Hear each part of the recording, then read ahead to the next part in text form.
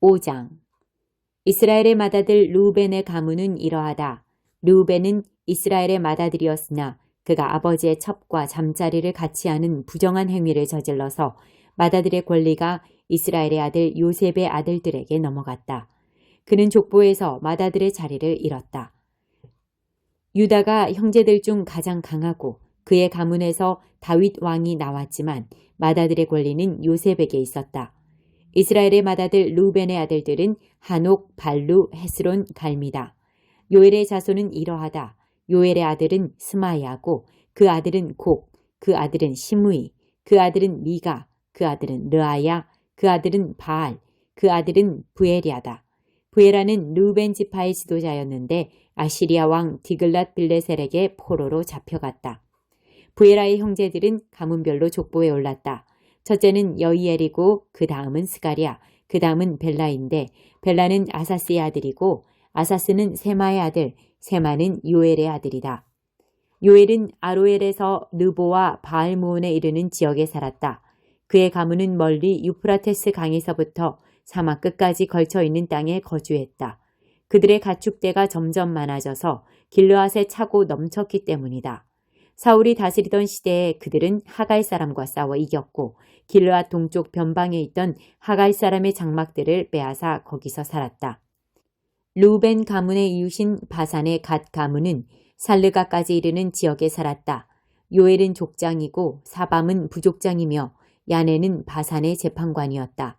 그들의 형제는 가문별로 미가엘, 무술람, 세바, 요레, 야간, 시야, 에벨 이렇게 모두 7이었다.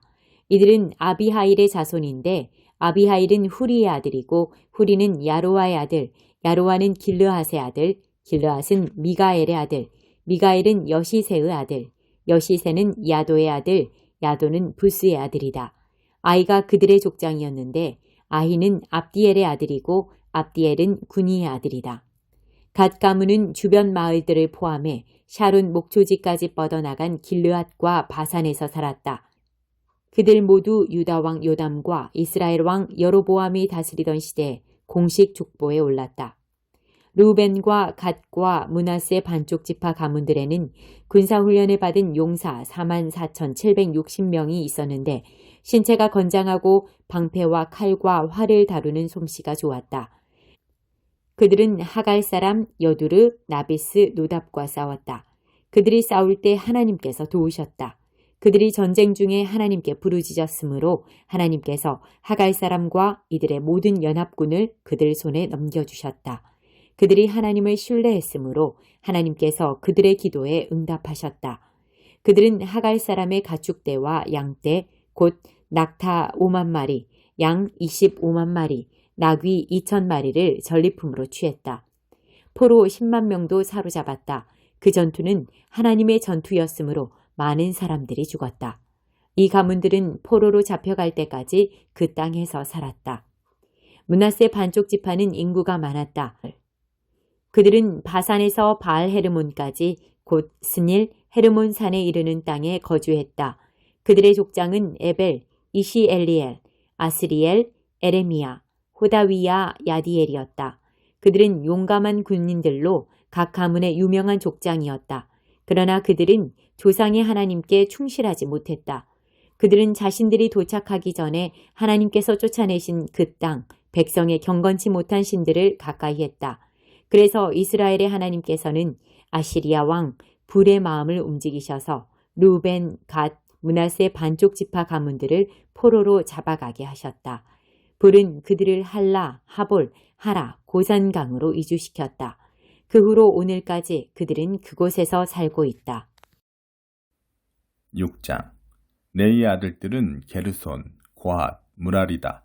고핫의 아들들은 아므람, 이스알, 헤브론, 우시엘이다. 아므람의 자녀는 아론, 모세, 미리암이다. 아론의 아들들은 나답, 아비우, 엘르아살, 이다말이다. 엘르아살은 비느하스를 낳고 비느하스는 아비수아를 낳고 아비수아는 붓기를 낳고 붓기는 우시를 낳고 우시는 스라히아를 낳고 스라히아는 무라요스를 낳고 무라요스는 아마랴를 낳고 아마랴는 아히둡을 낳고 아히둡은 사독을 낳고 사독은 아히마아스를 낳고 아히마아스는 아사랴를 낳고 아사랴는 요하난을 낳고 요하난은 아사랴를 낳았다. 그는 솔로몬이 예루살렘에 지은 성전에서 제사장으로 섬겼다. 아사랴는 아마랴를 낳고 아마랴는 아이둡을 낳고 아이둡은 사독을 낳고 사독은 살룸을 낳고 살룸은 hil기야를 낳고 hil기야는 아사랴를 낳고 아사랴는 스라야를 낳고 스라야는 여호사닥을 낳았다. 하나님께서 느부갓네살을 일으켜 유다와 예루살렘 백성을 포로로 잡아가게 하실 때에 여호사닥도 붙잡혀갔다.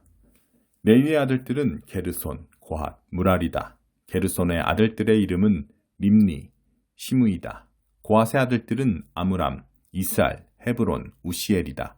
무랄이의 아들들은 말리, 무시다.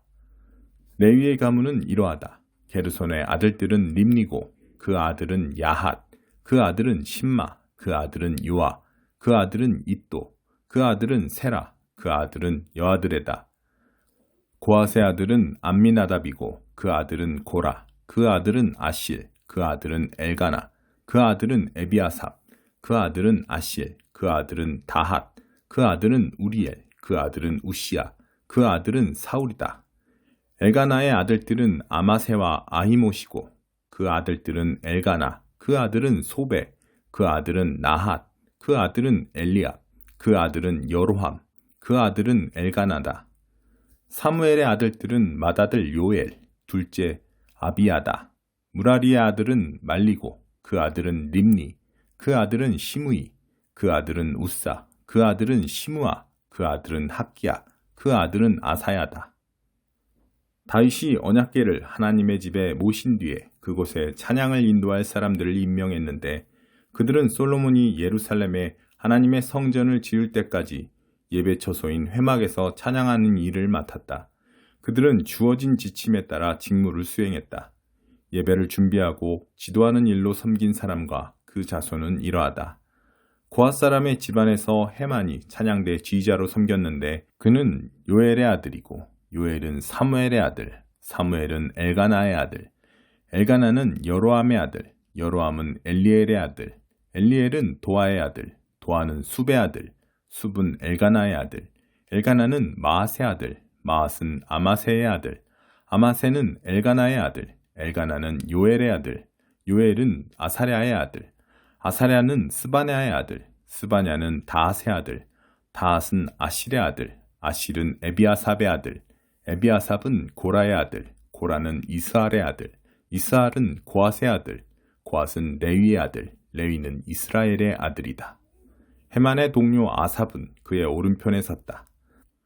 아삽은 베레게아의 아들이고 베레게아는 시므아의 아들, 시므아는 미가엘의 아들, 미가엘은 바세아의 아들, 바세아는 말기야의 아들, 말기야는 에드니의 아들, 에드니는 세라의 아들, 세라는 아다야의 아들, 아다야는 에단의 아들, 에단은 심마의 아들, 심마는 시므이의 아들, 시므이는 야앗의 아들, 야앗은 게르손의 아들, 게르손은 레위의 아들이다. 그의 왼편에 선 동료들, 곧 무라리의 자손 가운데 에단이 있었다. 에단은 기시의 아들이고 기시는 압디의 아들, 압디는 말룩의 아들, 말룩은 하사베아의 아들, 하사베아는 아마시아의 아들, 아마시아는 hil기야의 아들, hil기야는 암시의 아들, 암시는 바니의 아들, 바니는 세멜의 아들, 세멜은 말리의 아들, 말리는 무시의 아들, 무시는 무라리의 아들, 무라리는 레위의 아들이다. 나머지 레위인들은 예배 처소, 곧 하나님의 집에서 필요한 다른 모든 일을 맡았다. 아론과 그의 자손은 번제단과 분향단에 제물을 바쳤고 지성소의 모든 일을 맡았다. 그들은 하나님의 종 모세가 내린 지침에 따라 이스라엘을 위해 속죄했다. 아론의 자손은 이러하다. 그의 아들은 엘르아살이고 그 아들은 비느하스, 그 아들은 아비수아, 그 아들은 붓기, 그 아들은 우시, 그 아들은 스라이야, 그 아들은 무라옅, 그 아들은 아마랴, 그 아들은 아히둡, 그 아들은 사독, 그 아들은 아히마아스다. 제사장 가문에 분배된 거주지는 이러하다. 고핫 가문의 아론 자손이 첫 번째로 제비를 뽑았다. 그들은 유다 땅 헤브론과 그 주변의 모든 목초지를 받았다. 여분네의 아들 갈렙은 그 성읍 주변의 들판과 마을들을 얻었다. 아론 자손은 또 헤브론, 림나, 얏딜, 에스드모아, 힐렌, 드빌, 아산, 베세메스 등의 도피성과 그 주변의 목초지를 받았다. 그리고 베냐민 지파에게서 게바, 알레멧, 아나돗과 그 주변의 목초지를 받았다. 그 고핫 가문에게는 모두 13개의 성읍이 분배되었다. 나머지 고핫 자손은 므낫세 반쪽 지파의 땅에서 10개의 성읍을 제비 뽑아 나누어 받았다. 게르손 자손은 이사갈, 아셀, 납달리, 바산에 있는 므낫세 지파의 땅에서 가문별로 13개의 성읍을 받았다. 무라리 자손에게는 브루벤, 갓, 스불론 지파의 땅에서 제비를 뽑아 가문별로 12개 성읍이 분배되었다. 이스라엘 자손은 레위 지파에게 그 성읍들과 그 주변 목초지를 함께 주었다. 그들은 유다, 시므온, 베냐민 지파의 땅에 있는 성읍들도 제비를 뽑아 분배했다. 일부 고압 가문들은 에브라임 지파의 땅에 있는 성읍들을 받았는데 곧 에브라임 산지의 세겜, 게셀, 용무암, 베토론, 아얄론, 가드림몬 등의 도피성과 거기에 딸린 목초지였다. 나머지 고핫 자손은 므낫세 반쪽 지파의 땅에서 아넬과 빌르암을 받았고 거기에 딸린 목초지도 함께 받았다. 게르손 자손은 므낫세 반쪽 지파의 땅에서 바산의 골란과 아스다롯을, 이사갈 지파의 땅에서 게데스와 다브랏과 라못과 아넴을, 아셀 지파의 땅에서 마살과 압돈과 후곡과 르홉을, 납달리 지파의 땅에서 갈릴리의 게데스와 함몬과 기랴다임을 받았다. 나머지 무라리 자손은 스불론 지파의 땅에서 림모노와 다보를, 요단강 동쪽 르우벤 지파의 땅에서 사막의 베셀과 야사와 그데목과 메바앗을, 갓 지파의 땅에서 길르앗의 라못과 마하나임과 헤스본과 야셀을 받았다. 이 모든 성읍에는 목초지가 딸려 있었다. 10장 예수의 희생. 옛 계획은 새 계획 속에 담겨 있는 좋은 것들을 암시할 뿐입니다. 옛 율법 계획은 완전하지 못해서 그것을 따르는 이들 또한 온전하게 해주지 못했습니다. 해마다 수많은 희생 제물이 드려졌지만 그것은 완전한 해결책이 되지 못했습니다. 만일 그 제물이 해결책이 되었다면 예배자들은 기쁜 마음으로 자기 길을 갔을 것이고 더 이상 죄에 끌려다니지 않았을 것입니다. 그러나 죄의식이 없어지기는커녕 동물 제물을 거듭해서 바칠수록 죄의식과 죄책감은 오히려 고조되었습니다. 황소와 염소의 피가 죄를 없앨 수 없다는 것이 너무도 분명합니다. 그리스도께서 선포하신 예언의 말씀은 이 점을 염두에 두고 하신 것입니다. 당신께서는 해마다 드리는 제물과 예물을 원치 않으십니다. 그래서 나를 위해 몸을 마련해 주셔서 희생제물로 삼으셨습니다. 이제 당신이 기뻐하시는 것은 제단에서 피어오르는 향기와 연기가 아닙니다. 그래서 내가 말했습니다. 오 하나님, 당신의 책에 기록된 대로 당신의 방법대로 행하기 위해 내가 왔습니다. 당신께서는 제물과 예물을 원치 않으십니다 라고 말씀하실 때 그리스도께서는 옛 계획에 따른 의식을 언급하신 것입니다. 또한 당신의 방법대로 행하기 위해 내가 왔습니다 라고 말씀하실 때 그분은 첫 번째 계획을 폐하시고 새 계획, 하나님의 방법을 세우신 것입니다. 예수께서 자기 몸을 영단번에 제물로 드리심으로 우리는 하나님께 합당한 사람이 되었습니다. 각 제사장들이 날마다 제단에 나아가 일하고 해마다 똑같은 제물을 드리지만 그런 것이 결코 죄 문제를 해결하지는 못합니다. 그러나 그리스도께서 제사장으로 죄를 위해 단 한 번 제물을 드리셨고 그것으로 모든 것이 끝났습니다. 그런 후에 그분은 하나님 오른편에 앉으셔서 원수들이 항복하기를 기다리셨습니다. 그것은 완전하신 분이 불완전한 사람들을 온전케 하기 위해 드리신 완전한 제물이었습니다. 단 한 번 제물을 드리심으로 그분은 정결 과정에 참여하는 모든 이들에게 필요한 모든 일을 완수하신 것입니다. 성령께서도 이같이 증언해 주셨습니다. 내가 이스라엘과 세우려는 새 계획은 종이에 쓸 수도 없고 돌에 새길 수도 없는 것이다. 이번에는 내가 그 계획을 그들 속에 써주고 그들 마음에 새겨줄 것이다. 그러고는 이렇게 결론 지으셨습니다. 내가 그들의 죄를 영원토록 깨끗이 씻어줄 것이다. 이제 죄가 영원토록 제거되었으니 더 이상 죄 때문에 제물을 드릴 필요가 없습니다.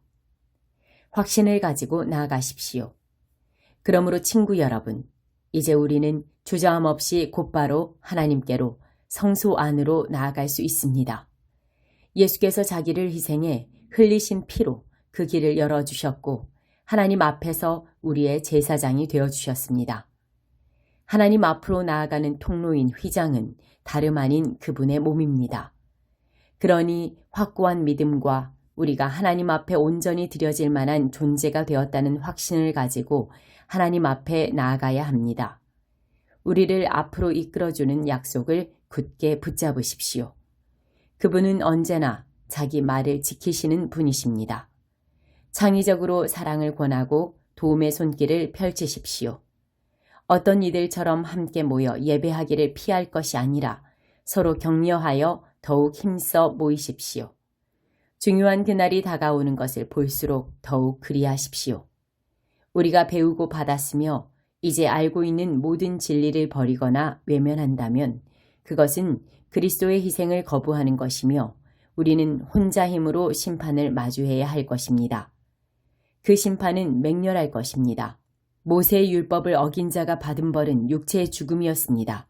하물며 하나님의 아들을 적대하고 자기를 온전하게 해준 희생에 침을 뱉고 가장 은혜로우신 성령을 모욕하는 자에게는 어떤 일이 있겠습니까? 이것은 결코 가볍게 여길 문제가 아닙니다. 하나님께서는 우리에게 책임을 묻고 그 값을 치르게 하겠다고 경고하셨습니다. 그분은 아주 분명히 밝히셨습니다. 복수는 나의 것이다. 나는 어느 것 하나 그냥 넘어가지 않겠다고 하셨고 하나님께서 자기 백성을 심판하실 것이다 라고 하셨습니다. 아무도 그냥 통과할 수 없는 것이 분명합니다. 여러분이 처음 그 복음의 빛을 보고 난 뒤에 어떻게 살았는지 기억하십니까?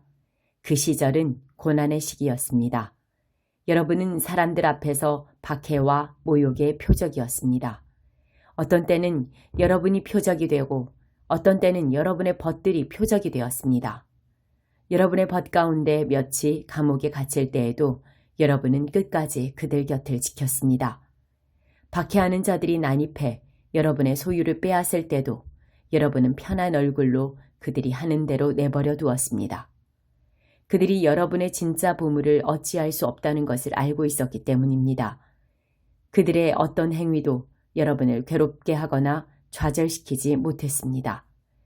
그러니 이제 와서 포기하지 마십시오. 그때 여러분은 확신에 차 있었습니다. 그 확신은 지금도 유효합니다. 하지만 약속을 이루려면 하나님의 계획을 붙잡고 끝까지 견뎌야 합니다.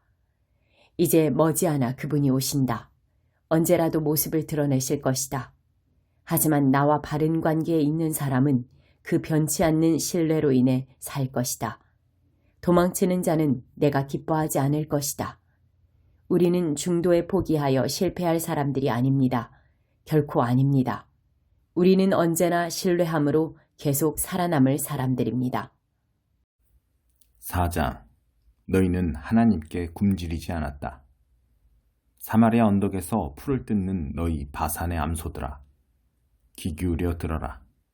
가난한 이들에게 비열하고 밑바닥 사람들에게 잔인한 여자들, 게을러 빠지고 제멋대로인 너희는 남편에게 요구한다.